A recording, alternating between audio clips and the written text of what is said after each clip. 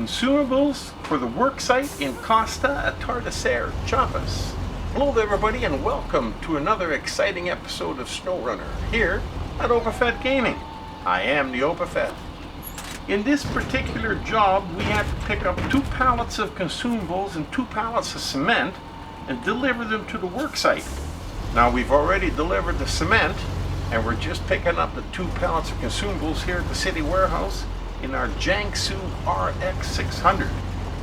Now we got a little ways to go to deliver them, but I think we're going to be okay. Now we got to deliver them to the work site, which is down south.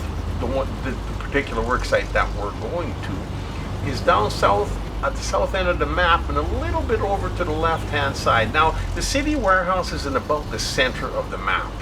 Lucky as it would have it, it has a gas station right here on the end, on the outskirts of town where we're the direction that we were going into. And as you know, well, we're down to 98 liters and we got a 160 liter tank. You know, I like to keep it fueled up. We do have some spare on the roof, but not a lot. So we don't have a lot of fuel, but we like to keep it full anyhow. Now leaving the city, we're gonna head a little bit north towards the service hub. Then we're going to cut through the service hub over towards the left hand side of the map a little bit, and then we're going to head down south towards the work site so we can deliver these 2 pallets of consumables and do the repair on that so that the port will be a little bit more accessible, and you'll see that when we get down there in a little bit. But first we got to get over towards the service hub. Now when you're leaving the city north, there's a little bit of a detour here, but it's not really an issue. You just turn right here, pull up over top of the little hill and come back down the other side, and it's like you never even missed that detour. Now the Jangsu is a lot like the Mercer R230. It's not a speed demon, but it's more like a rock crawling type truck where it grinds and keeps going. It never seems to stop. He slows down with deep mud and deep snow or anything like that, but other than that, he's got 2 cargo slots, got spare fuel, it's got quite a bit of power. I've got it upgraded with all the latest additions and upgrades that I could find. And we're going to continue to put it through its paces to see if we're going to keep it in our fleet full term. Now I've been impressed so far with the Jangsu and the Mercer being here on these maps in Chiapas and in Zardania. The roads, some of the turns are tight, narrow, and there's not a lot of room, so the smaller trucks will probably be a little bit more of an advantage. So we're going to try and use them. Now they do bog down in the deeper mud a little bit, but they don't stop, and they are actually really good at going through water. Like the Jangsu can handle water quite deep. It's got the air intake up quite high, and so does the Mercer. Now, not all big trucks can handle that, so, you know, ups and downs. Some of them got little things that work for them, and other ones got other things. But in this map here, trying to deliver 2 pallets of consumables, Jangsu is the truck for the job.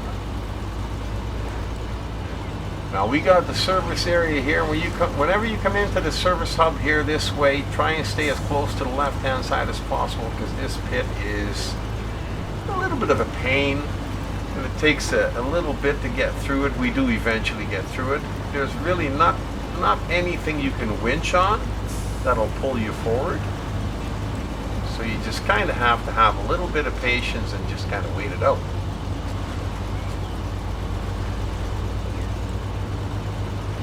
Now as our box is full, we don't have any room to pick anything up. We're just using this as a pass-through because it's a little bit of a shortcut, a detour that gets us over to some, well, I shouldn't say easier driving, but a little bit of a shorter route towards where we got to go.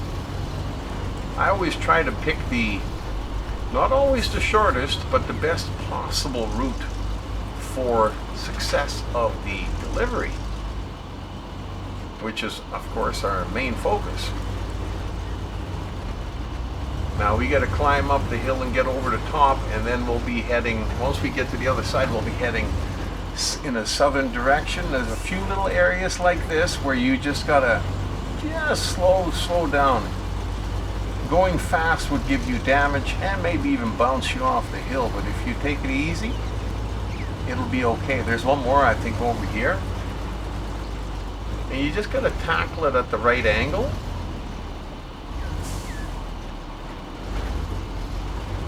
And then you'll be okay.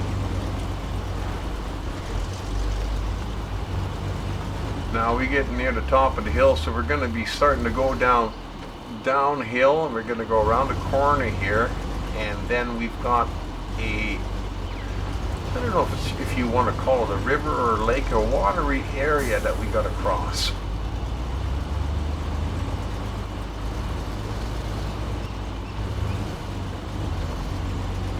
These windy little roads, boy, I tell you, the Jangsu is perfect for it. And if you're going down a hill and it's a little bit too steep and you want to hold it back, just put it in low or put it in high range of the low gear, and it will hold it back enough that the truck won't run away on you. And sometimes you got to do that because some of these here little dips, boy, they'll shake you around if you hit that too fast. See, it's starting to rain.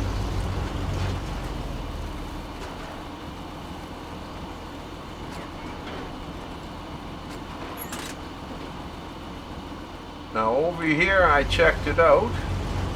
We got a little bit more light. I found the easiest or best route is this particular one through the water right here for where we want to go. Now, as long as the Jangsu doesn't completely disappear in the water, I hope we're going to be okay. He seems to be all right. We got to get over to the right-hand side. Now, there's a couple of bodies of water on this particular map where the water is quite greenish, as you can see up ahead. And it seems like when it's greenish like that, it's not as deep as you think it would be. And you can go over through that water, which we will in a second when we need to. But even when you're in the green swamp water, I would still stay a little close to the side in case you need to winch up on anything. But here we have no choice but to go into the water. But as you can see, it's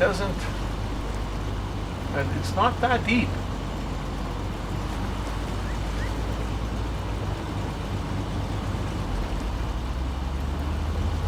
So we're just gonna, like I said, stay to the one side or the other, and then that way, if you need to throw your winch out of one of these trees, you can still reach it. And we're gonna climb back out of it again over here.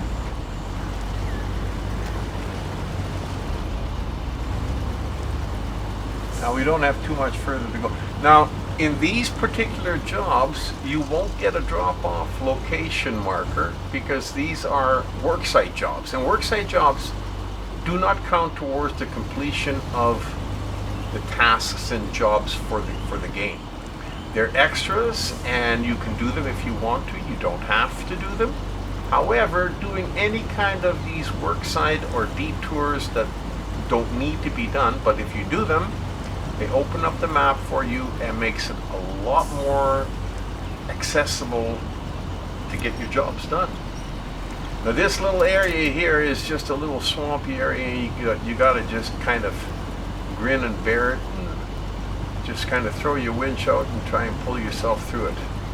It's just a short little distance and then we're out of it. Right over here. We're still heading south.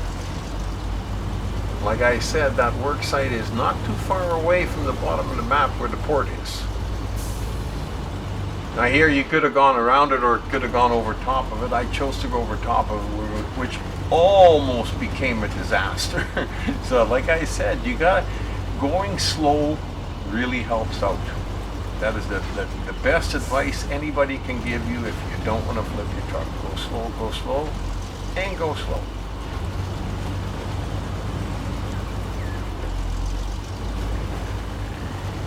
Now we're almost out of it. I believe just up here we're going to climb out of the swamp and onto the highway. Just up around the corner here. And then it's just a short little jog over to where the rock slide is.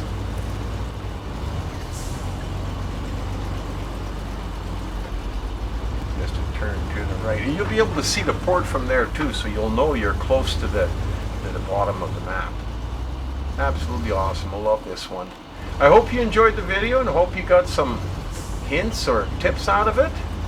And I hope to see you back at OpenFed Game again real soon. We'll be putting up a bunch more of these videos from the new season. So if you don't want to miss out on any, hit that subscribe button. In the meantime, you've been driving in a Jangsu RX600, delivering 2 pallets of consumables to the rock slide Worksite. With me as your driver, the OpenFed.